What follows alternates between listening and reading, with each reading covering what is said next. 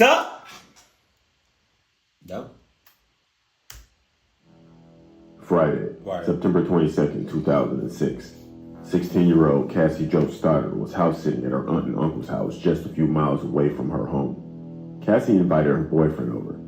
Going to the house with him were his two friends, Brian Draper and Tori Adamshick. They look crazy. Eventually, the friends left to go see a movie at the local movie theater. At some point before they left, Brian Draper unlocked the basement door. When they returned, they shut the power off to scare her. They sat there hiding until her boyfriend left. Oh, damn. I think I remember this. Damn it. But we just, maybe it's some information I don't know. But it sounds familiar. She was alone and proceeded to put their mask on. What happened next would shock everyone in that community. The crime was inspired by the movie Scream. Wait, almost there, too. Just killed Cassie. Oh, yeah. I've seen this. Damn it. Damn.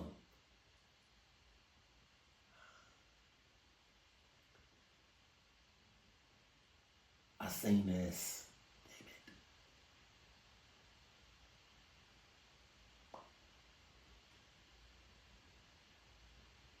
it. Let's see what happens.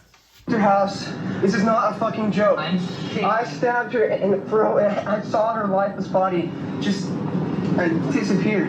Dude, I just killed Cassie.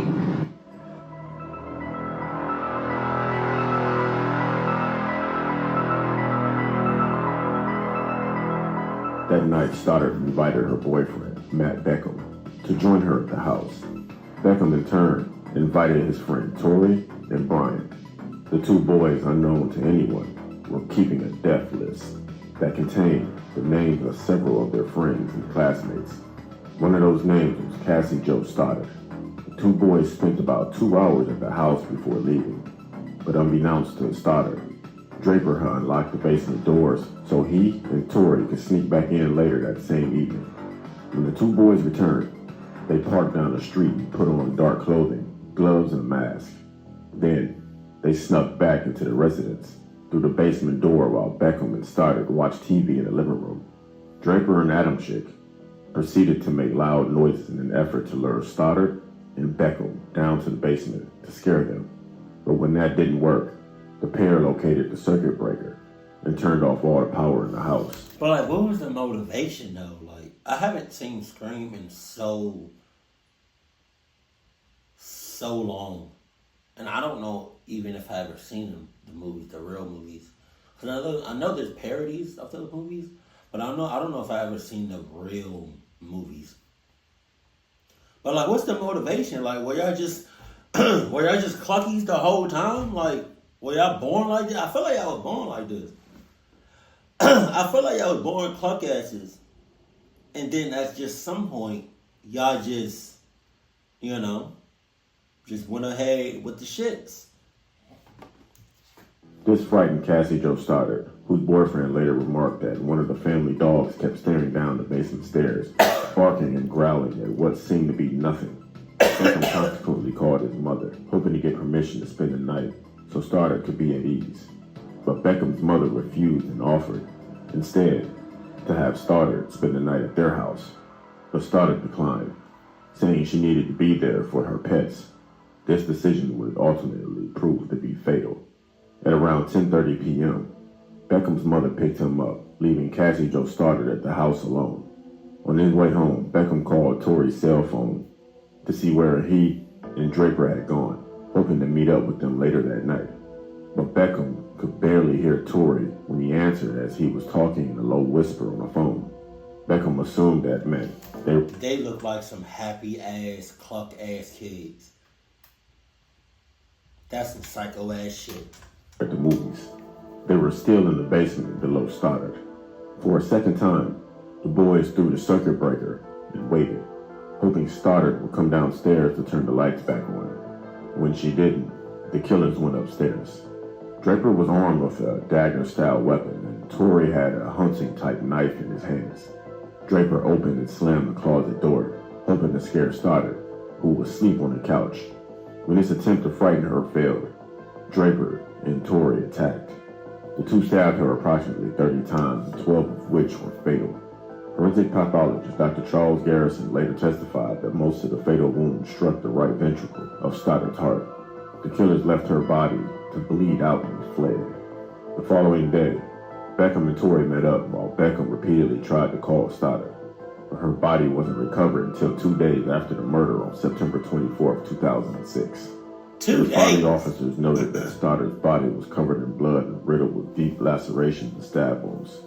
It didn't take long for investigators to determine that Torrey and Brian were the last people to see Cassie Jo Stoddart alive. Torrey was interrogated that same day, and he initially told detectives that he and Draper had gone to the house at approximately 8:30 p.m. to attend a party. When the party never materialized, he and Draper left the house to catch a film, after which both boys slept at Torrey's house. But when the detectives asked Torrey about the movie he had reportedly seen that night, he couldn't remember anything about it. 3 days later, Brian Draper led law enforcement to a stash of evidence he buried in the Black Rock Canyon area. The evidence included 2 dagger-style knives with sheaths. You know what? What I don't understand. I don't know if they're just dumb or they just don't care. But like, why would you videotape yourself admitting you did what you did? That doesn't make sense. Y'all were either some dumbasses or y'all just didn't care about what happened to y'all. Because y'all knew y'all didn't really talk. But like, that was just stupid. A black-handled knife with a smooth blade and a folding knife, a red and white mask, latex gloves, and a videotape that contained footage of both killers talking about and planning Stoddart's murder. The tape also included footage of them later reacting to having killed her, with them saying, "We just killed Cassie. We just left her house. This is not a fucking joke. I stabbed her in the throat and I saw her lifeless body."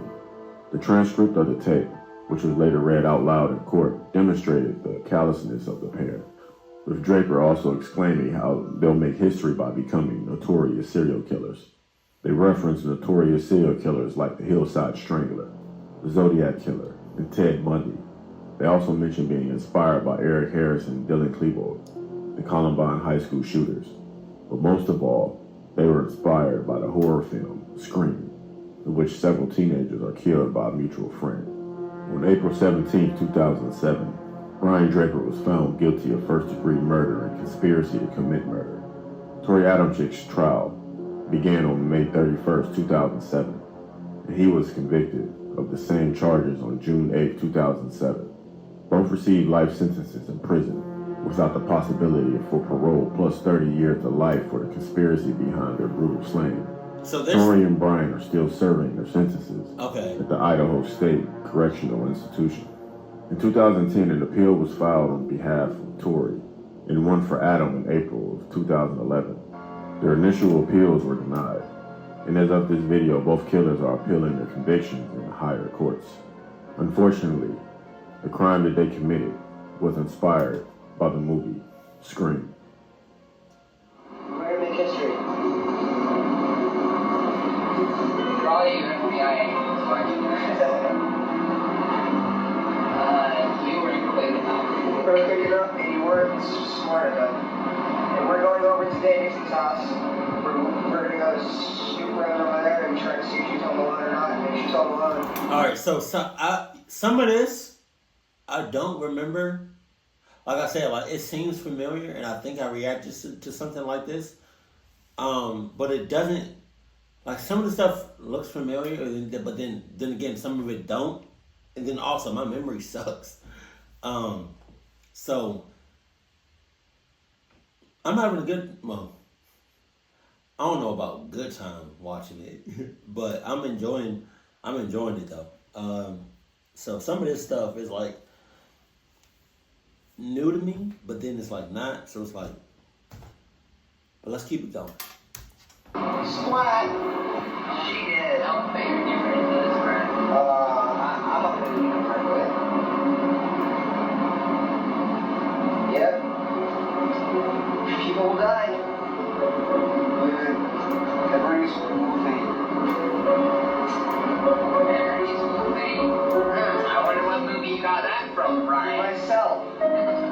myself. No wonder it was so lame. Okay, we're on our way, and I'll let you stay tuned, and we're almost there. Dixon's house. It's clear out there in the pasture. We've already snooped around their house a couple times.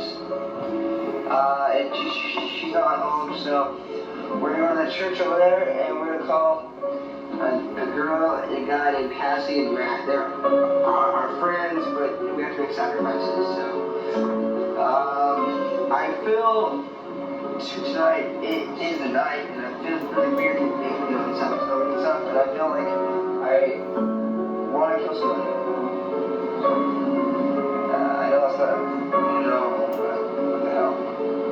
I feel we need to break away from normal life. Crisis life. Because Yeah, I don't remember none of this. It seems to me two possibilities that they're taping themselves just to have this on footage, or like just to have like a documentary type stuff, or it seems to me like they're recording it because they know they're gonna get caught. say it this way.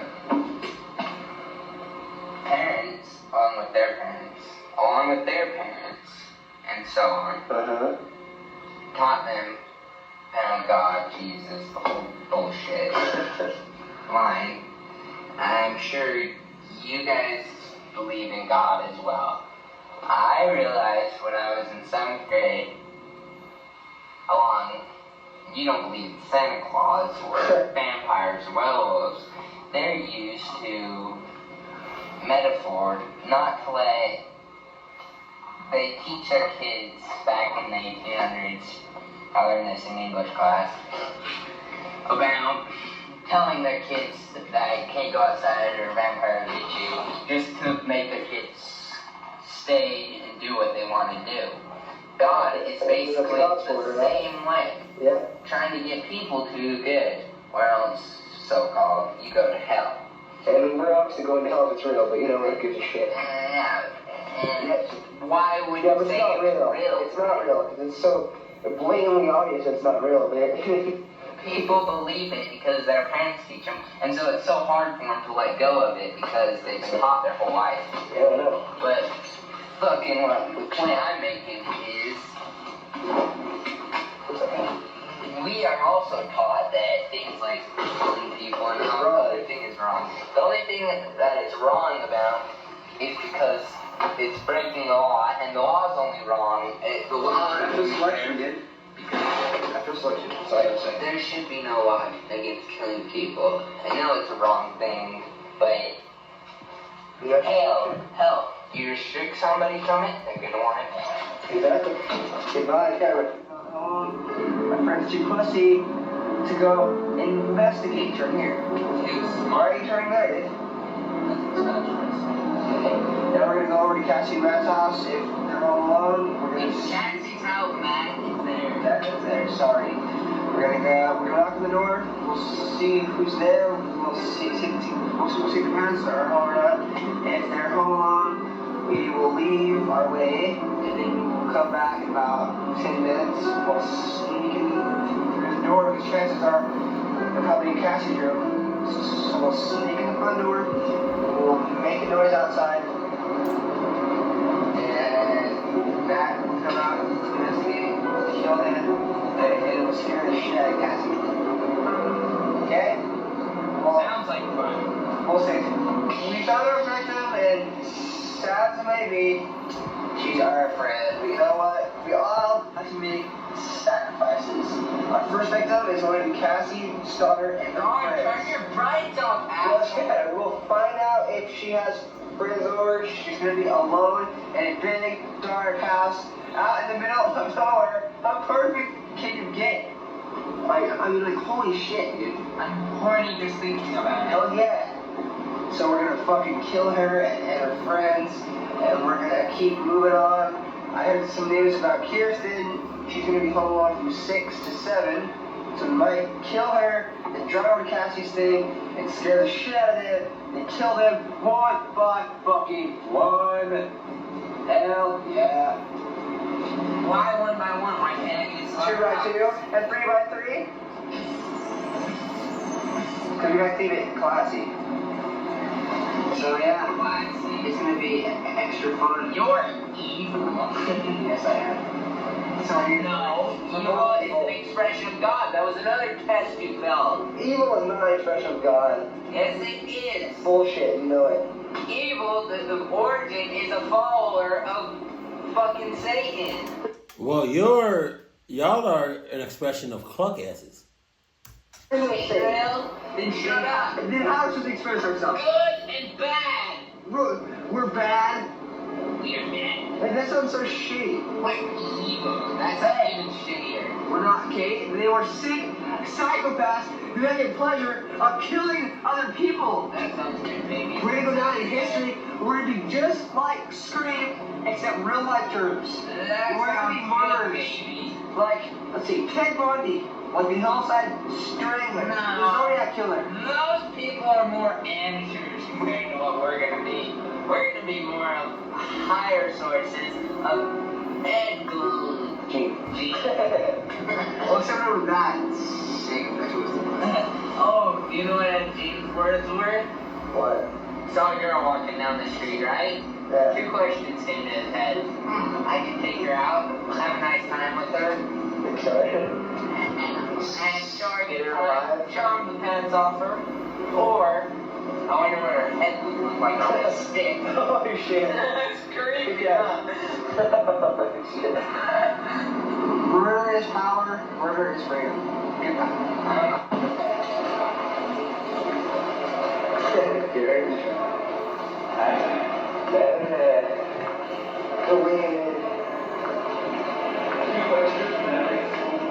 That would, but I really wouldn't want that. Going straight to this. What? You can have my head. Walk time. You were kidding. You got a second about it? Actually, I was really actually gonna do it. That was Cassie. Hello, Cassie. Yes. I'd be like, the fuck you say my name like that for? Hell no. Okay, okay. Yeah, but... Okay, see ya. Wait. Have you seen Tori? It's supposed to be here at 7:30 and it's 8:19. He's an hour late. You didn't even care, did you? Okay. See ya. Oh, dude, it's holy.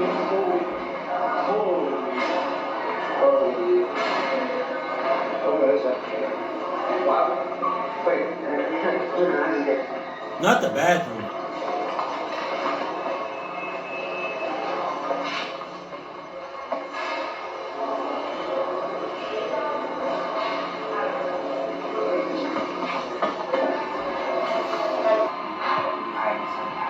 We're here in his car. Time is 9:50, September 22nd, 2006. Unfortunately, we have the grueling task of killing our two friends, and they are right in a house just down the street. We just talked to them. We were there for an hour. But We checked out the whole house. We know there's lots of doors. There's lots of places to hide. I unlocked the back doors. That's all unlocked. Now we're just gonna wait. And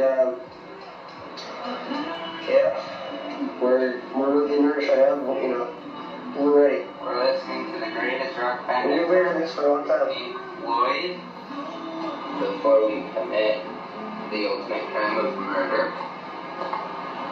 We've been waiting this for a long time. A long time. We'll say things. Just killed Cassie. We just left her house. This is not a fucking joke. I stabbed her in the throat and saw her lifeless body just disappear. Dude, I just killed Cassie. Oh, fuck. That felt like real. I mean, we're by so fast. Shut the fuck up. We gotta get our act straight. Okay. Well, let's fucking see what's happening. Okay.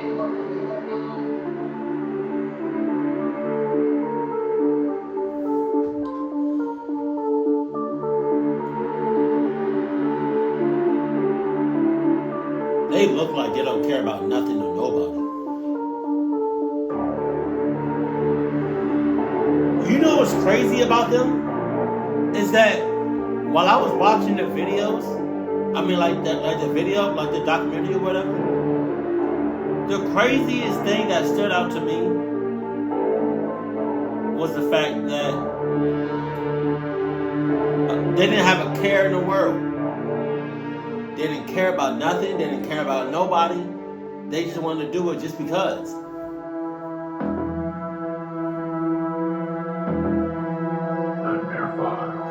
Gator Files. It seemed like they didn't care about nothing or nobody. If they had a family, they didn't care about that. If they had friends, they didn't care about. It was like they were born cluck asses. And it just seemed like they just had a good time doing it. And that right there is psychotic. And that right there is the reason I try to distance myself away from a lot of people.